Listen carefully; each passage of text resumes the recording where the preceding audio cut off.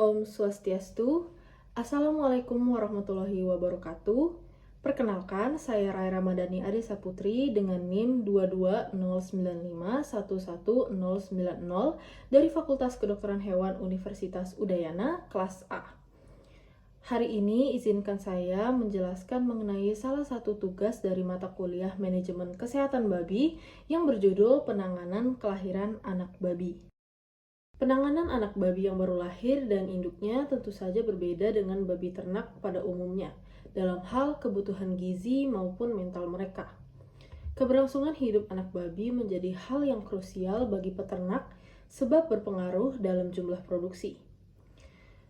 Dokter hewan dan peternak wajib mengetahui cara penanganan kelahiran anak babi untuk mencegah hal-hal yang tidak diinginkan seperti kematian pada induk maupun anak yang baru lahir.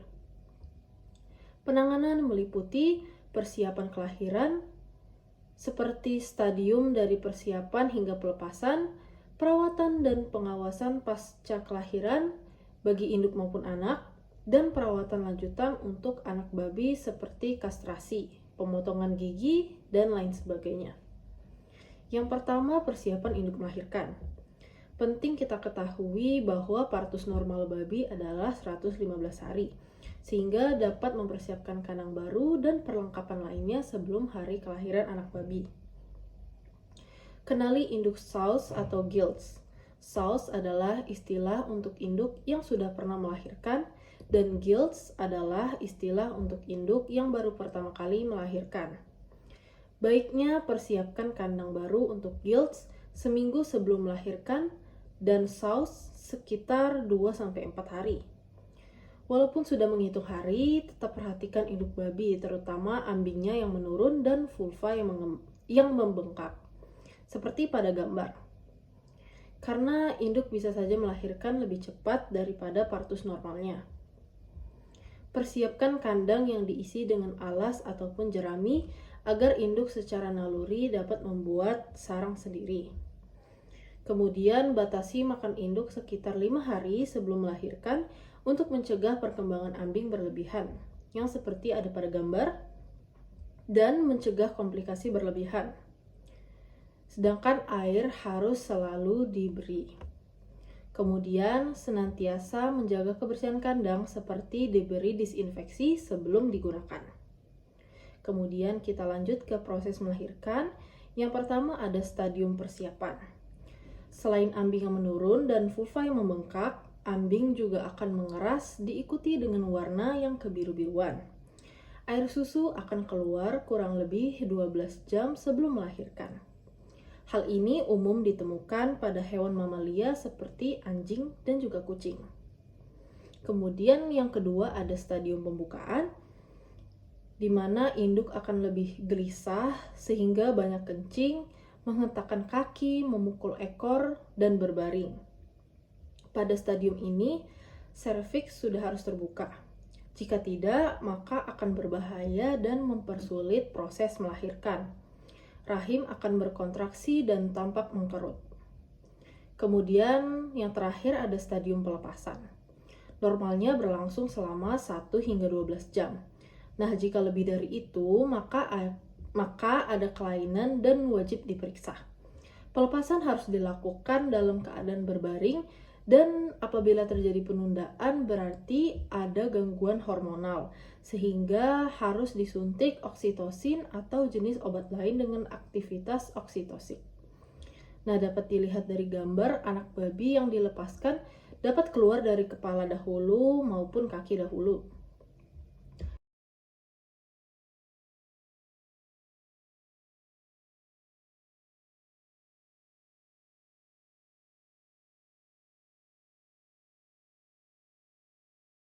Kemudian lanjut ke anak saat pasca lahir.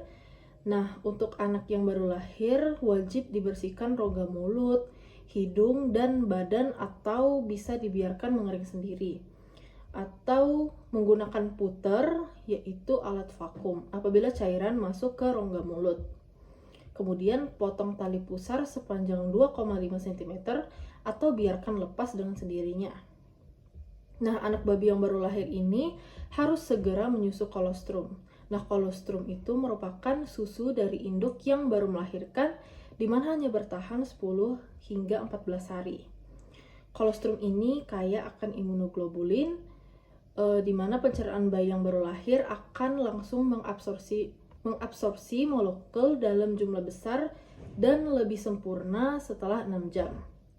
Kemudian penanganan untuk anak babi di umur 3 hingga 10 hari, di mana di umur segitu merupakan masa anak babi paling kritis karena sangat sensitif dengan suhu lingkungan, sehingga dapat kita berikan lampu sebesar 35 hingga 37 derajat Celcius, 50 watt saat siang dan 70 hingga 100 watt saat malam. Dan umur anak babi segitu sudah bisa dipisahkan dengan induk. Kemudian kita lanjut ke induk saat pasca melahirkan. Nah, jangan sampai termakan plasenta karena dua alasan. Yang pertama, mengandung lemak yang tinggi, di mana dapat mengakibatkan gangguan usus. Alasan yang kedua adalah agar induk tidak kanibal untuk menghindari termakan anak-anaknya. Kemudian berikan istirahat sebentar, namun jangan berbaring terlalu lama. Lalu terus awasi, terutama untuk induk tipe gilts, karena ditakutkan anak babi terinjak ataupun tertindih. Lalu berikan air segar dan bersih, serta pakan. Induk babi cenderung tidak makan banyak 24 hingga 48 jam setelah melahirkan, namun setelahnya akan kembali makan banyak. Kemudian untuk perawatan lanjutan bagi anak babi, yang pertama ada kastrasi atau pengebirian. Dilakukan pada usia yang cukup muda, yaitu saat umur 4 hingga 5 minggu. Alasannya itu karena mudah, minim stres, dan minim pendarahan. Nah, hal ini dapat dilakukan selama testisnya komplit. Tujuan dari kastrasi ini adalah menghindari babi jantan berkualitas buruk dan juga agresif. Kemudian perawatan lanjutan lainnya adalah pemotongan gigi. Hal ini dilakukan 24 jam setelah babi lahir agar tidak saling menggigit. Kemudian penyapihan. Penyapihan ini normalnya pada umur 8 minggu saat bobot 14 kg. Kemudian ada pemberian tanda. Pemberian tanda dapat dilakukan dengan menggunakan eartag, cap bakar, ataupun pilox 24 jam setelah lahiran. Tujuannya adalah untuk mengawasi perilaku untuk menyeleksi bibit pengganti. Kemudian dapat juga memenuhi gizi dengan penambahan zat besi seminggu setelah lahir, yaitu dapat secara oral ataupun injeksi. Kemudian dapat diberi obat cacing 2 hingga 3 bulan sekali, dan vaksinasi yang disesuaikan dengan daerah terjangkit. Kemudian untuk masalah yang dapat terjadi, yang pertama yaitu kematian anak babi. Faktor yang mempengaruhi kematian anak babi yang pertama itu adalah kekurangan air susu.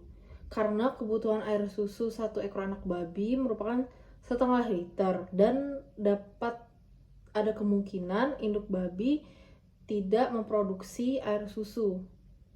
Hal ini disebabkan udara yang tidak cocok, diare, perubahan tempat, dan ransum yang tidak sempurna. Kemudian faktor yang kedua adalah perubahan pakan. Hal ini terjadi kebanyakan setelah penyapihan. Kemudian tertindih dan terinjak secara tidak sengaja oleh induk kanibal, dan kekurangan gizi baik dari air susu ataupun pakan dari peternak. Kemudian masalah yang kedua adalah kehilangan induk.